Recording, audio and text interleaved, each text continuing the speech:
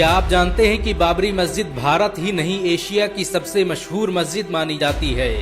ये मस्जिद निर्माण और स्थापत्य कला का सबसे बेहतरीन नमूना थी। इसे भारत का इस्लामी द्वार भी कहा जाता था।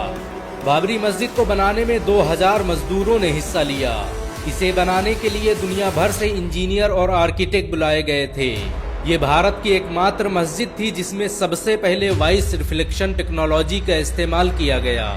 बाबरी मस्जिद का निर्माण 1528 ईस्वी में बाबर के सेनापति मीर बाकी ने करवाया था। ये 16वीं सदी में बनी उत्तर प्रदेश की सबसे बड़ी मस्जिद थी।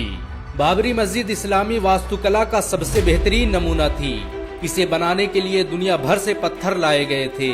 ये भारत की अकेली मस्जिद थी जिसमें सबसे आधुनिक एयर कूलिंग सिस्टम का प्रयोग किया गया। इस मस्जिद में ऐसी तकनीक इस्तेमाल की गई जिससे अंदर कभी गर्मी महसूस नहीं होती थी। बहुत कम लोग जानते हैं कि बाबरी मस्जिद को बनाने के लिए अयोध्या में कई भट्ठे स्थापित किए गए, जिनमें खास तरह की ईंटों का निर्माण किया जाता था। इस मस्जिद को बनाने के लिए जिन ईंटों का आविष्कार किया गया वो आज पूरे भारत में इस्तेमाल की जाती हैं। आपको ये जानकर शायद हैरानी हो कि बाबरी मस्जिद कभी अयोध्या की सबसे ऊंची इमारतों में से एक थी। एक समय इसमें पहुंचने के लिए बड़ी बड़ी सीढ़ियों का सहारा लेना पड़ता था। बाबरी मस्जिद में बनी मेहराब 200 फीट ऊंची थी, जिसे अजान देने के लिए इस्तेमाल किया जाता था। बाबरी मस्जिद भारत की अकेली मस्जिद थी जिसमें वॉइस रिफ्लेक्शन टेक्नोलॉजी का इस्तेमाल किया गया। बाबरी मस्जिद को इस तरह से डिजाइन किया गया था कि अगर कोई इसके गुंबद के नीचे खड़े होकर बोलता तो उसकी आवाज पूरी बाबरी मस्जिद में सुनाई पड़ती। ये अयोध्या की सबसे बड़ी जामा मस्जिद भी थी। अंग्रेज गवर्नर लॉर्ड विलियम बेंटिक भी बाबरी मस्जिद की तारीफ किए बिना न रह सका। इतिहासकारों की माने तो मीर बाकी ने बगदाद से वजू करने के लिए एक आधुनिक वाश बेसिन मंगवाया, जिस पर खड़े होते ही पानी निकलने लगता था। ये वाश बेसिन कई सालों तक बाबरी मस्जिद में इस्तेमाल किया जाता रहा। इसकी खोज मशहूर मुस्लिम वैज्ञानिक इस्माइल अल जज़री ने की थी। अल जज़री दुनिया का पहला वैज्ञानिक था जिसने सबसे पहले क्रैंक शाफ्ट को इजाद किया, जिसके बगैर आज किसी इंजन को नहीं चलाया जा सकता। उसे फादर ऑफ रोबोटिक्स भी कहा जाता है। 3 गुंबदों पर बनी बाबरी मस्जिद में एक कुआं भी मौजूद था, जिसे शिफा वाला कुआं कहा जाता था। ये कुआं बाबरी मस्जिद के शहीद होने से पहले तक पानी देता रहा। 19वीं सदी तक इसे वजू करने के लिए इस्तेमाल किया जाता था। बाबरी मस्जिद के सहन में मौजूद इस कुएं का इस्तेमाल हर धर्म के लोग करते थे। बहुत कम लोग जानते हैं कि बाबर ने भारत में 4 मस्जिदें बनवाई, जिनमें एक बाबरी मस्जिद थी। घाघरा नदी के किनारे बनी इस मस्जिद को बनाने के लिए बाबर ने पत्थर काटने वाले 1500 इंजीनियर बुलाए थे। बाबर को आधुनिक टेक्नोलॉजी से बेपनाह मोहब्बत थी। उसने अपने दौर के सबसे आधुनिक हथियारों का इस्तेमाल किया। बारूद और तोप को बनाने की विधि बाबर ही भारत लेकर आया था।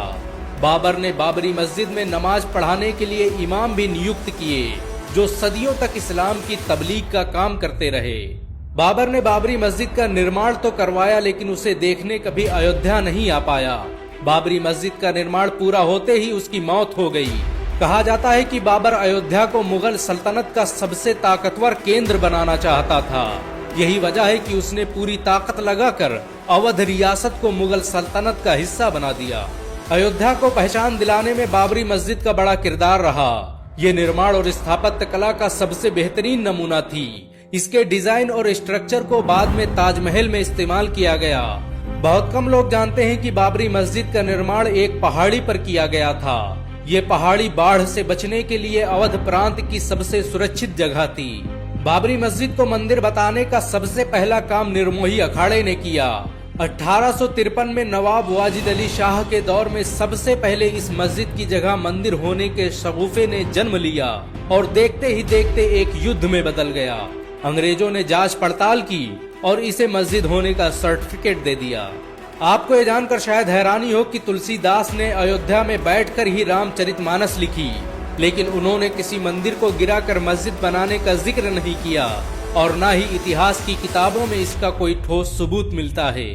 जज से लेकर सरकारों ने कई बार बाबरी मस्जिद को मुसलमानों का धर्म स्थल बताते हुए ऐतिहासिक फैसले दिए।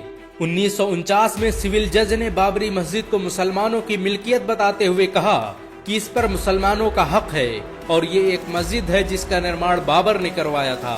बहुत कम लोग जानते हैं कि बाबरी मस्जिद में जिस दिन मूर्तियां रखी गईं वो जुमे का दिन था। इसी विवाद के बाद फैजाबाद कोर्ट ने मस्जिद में ताला लगा दिया। जिस वक्त बाबरी मस्जिद के साथ ये सब हो रहा था उस वक्त कांग्रेस की सरकार थी। नेहरू ने इस विवाद को सुलझाने के लिए तत्कालीन सीएम गोविंद बल्लभ पंत को आदेश दिए, लेकिन उन्होंने नजरअंदाज कर दिया। 1986 में राजीव गांधी ने मस्जिद के कपाट फिर खोल दिए और उसी वक्त राम मंदिर आंदोलन की शुरुआत हो गई। अडवाणी की रथ यात्रा ने सब कुछ बदल दिया। ये रथ जहां से गुजरा वहां की आबो हवा बदल गई और भारत में एक नई राजनीति का आगाज हो गया। 6 दिसंबर 1992 में अयोध्या में कार सेवा का ऐलान हुआ और फिर चंद लम्हों में 2 लाख कार सेवकों ने बाबर की बनाई इस मस्जिद को धूल में मिला दिया। बाबरी की शहादत भारतीय संविधान का खुला मजाक थी। ये भारतीय इतिहास का काला दिन था। सरकार, अदालत और नौकरशाहों के आंखों के सामने जो हुआ वो अपने आप में एक दस्तावेज है। बाबरी मस्जिद को जिस वक्त शहीद किया गया उस वक्त अयोध्या में धारा 144 लगी हुई थी। बाबरी मस्जिद की शहादत के बाद भारतीय रुपये की वैल्यू अचानक 6% घट गई और महंगाई आसमान छूने लगी। बाबरी की शहादत पर बेरोजगारी इतनी बढ़ी कि आज तक उसे कम नहीं किया जा सका। बाबरी मस्जिद की शहादत के बाद हुए दंगों में भारत को 9,000 करोड़ रुपए का नुकसान हुआ।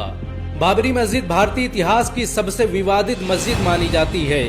इसके केस में 10 लाख से अधिक पन्नों और 2000 से अधिक दस्तावेजों का इस्तेमाल हुआ। बाबरी मस्जिद के शहीद होने के 10 दिन बाद एक इंक्वायरी कमीशन बनाया गया जिसे 3 महीने के अंदर रिपोर्ट पेश करनी थी, लेकिन उसने 17 साल बाद अपनी रिपोर्ट पेश की और इस तरह लिबराहन आयोग भारतीय इतिहास का सबसे खराब इंक्वायरी कमीशन बन गया। बाबरी मस्जिद की शहादत के जिम्मेदार लोगों पर केस दर्ज करने में सीबीआई को 1 साल लग गए। सीबीआई ने 49 लोगों पर केस दर्ज किया जिसमें सारे लोग बरी हो गए और इस तरह बाबरी मस्जिद को किसने शहीद किया ये आज तक किसी को पता नहीं चला। 30 दिसंबर 2010 को इलाहाबाद हाई कोर्ट ने बाबरी मस्जिद पर फैसला सुनाया और उसे 3 हिस्सों में तकसीम कर दिया। मामला सुप्रीम कोर्ट पहुंचा तो उस जगह पर मंदिर बनाने का आदेश दे दिया गया। हालांकि सुप्रीम कोर्ट ने माना कि मस्जिद को शहीद करना गैर कानूनी था और ऐसा करने वाले सभी लोग अपराधी थे। मुसलमानों ने देश हित में सुप्रीम कोर्ट द्वारा दिए गए इस फैसले को भी कबूल कर लिया और दूसरी जगह 5 एकड़ जमीन लेने पर राजी हो गए। हालांकि कई मुस्लिम संगठनों ने इसकी पुरजोर मुखालिफत भी की। आपको ये जानकर शायद हैरानी हो कि बाबरी मस्जिद को शहीद करने वाले बहुत से लोग मुसलमान बन गए। बाबरी मस्जिद पर पहला फावड़ा चलाने वाले बलबीर ने 2 साल बाद इस्लाम कबूल कर लिया और अपना नाम आमिर रखा। उन्होंने पूरे भारत में 100 से अधिक मस्जिदें बनवाई। बाबरी मस्जिद भले ही शहीद हो गई लेकिन उसका इतिहास आज भी लोगों के दिलों में जिंदा है। बाबरी आज भी गर्व से अपने शौर्य और बलिदान की गाथा सुना रही है। अगर एक मुसलमान होने के नाते आपको गर्व महसूस हुआ हो तो इस वीडियो का लाइक और शेयर जरूर करें।